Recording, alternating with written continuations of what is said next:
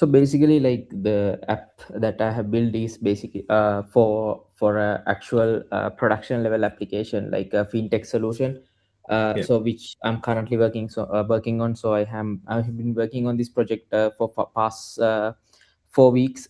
So basically, the problem is that like in the fintech solution, like we we receive lot for the customer support team. So they receive lot of like day-to-day calls regarding like small issues, how to activate their cards, and if their card is if they need to freeze their card, so how they can do it. Like those are some of the redundant like calls that they are getting.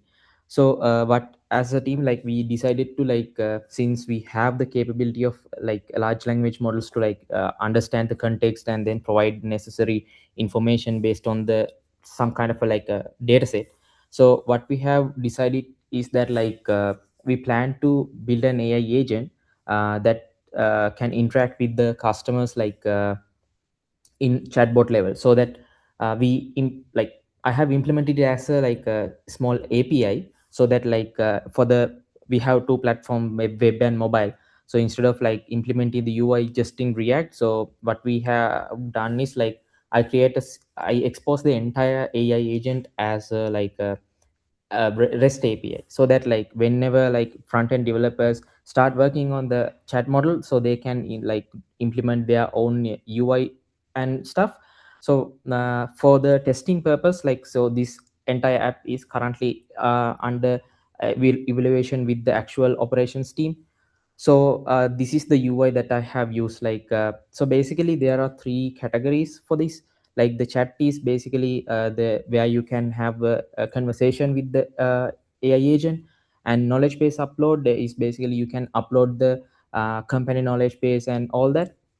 And knowledge base review is that what I have implemented like uh, because previously what we have is a manual way of reviewing the AI agent answers, because when we publish this to production, we need to like it should be like provide 100% accurate answers for the customers, like since this is an AI. So that's why that knowledge based review comes in. So I will demo you that in a bit, but before that I will go to the chat feature.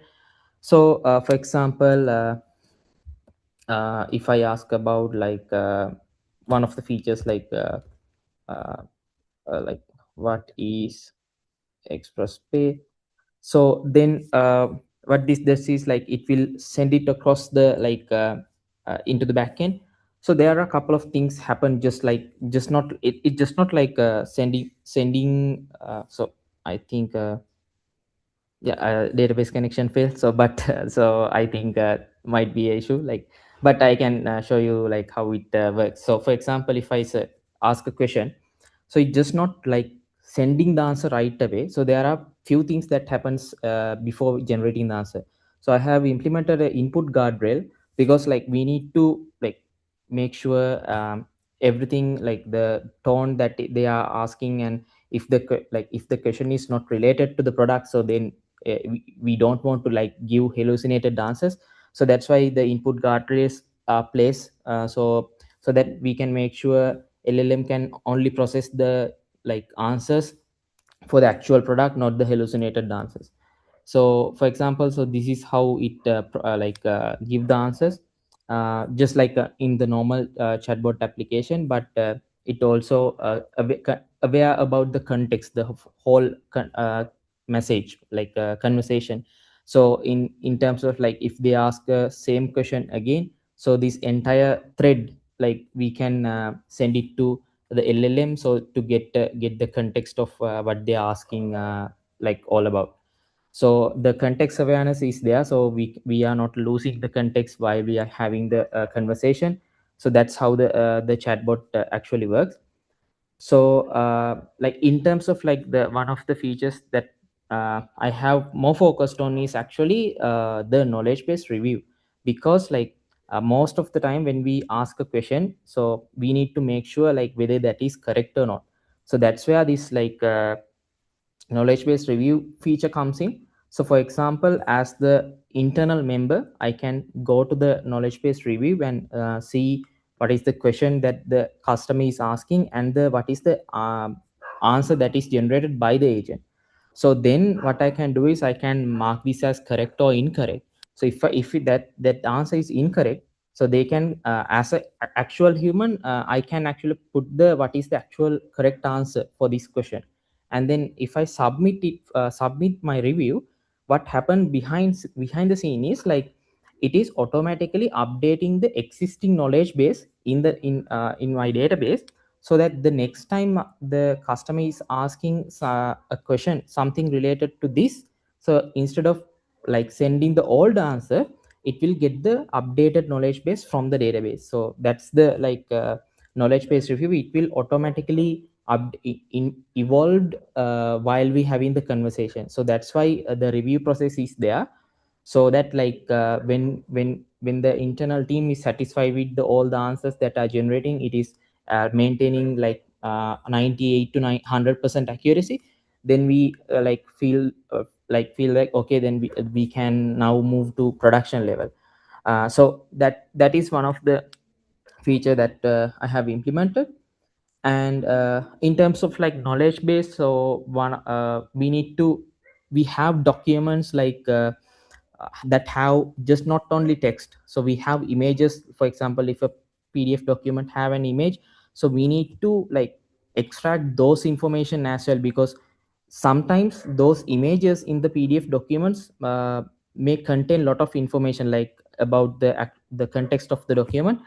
So that's why I have implemented the knowledge base implementation with the, like document processing with the image processing mechanism.